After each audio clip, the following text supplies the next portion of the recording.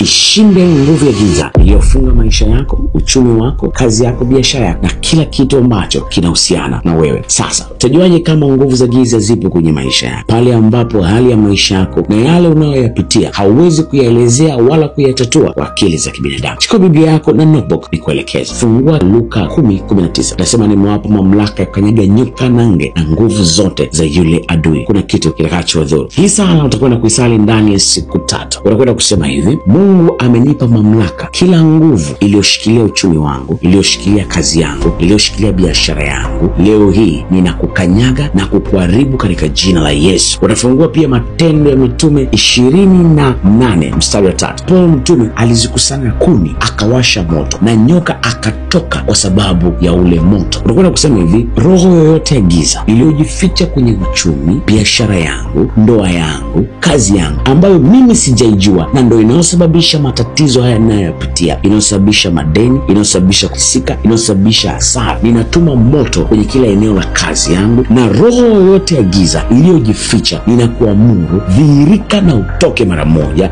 katika jina la Yesu. Ninatangaza kaskazini, mashariki, magharibi na kusini ya kwamba kila kitu changu kilichokuwa kimefungwa na adui na nguvu zake kimekuwa huru.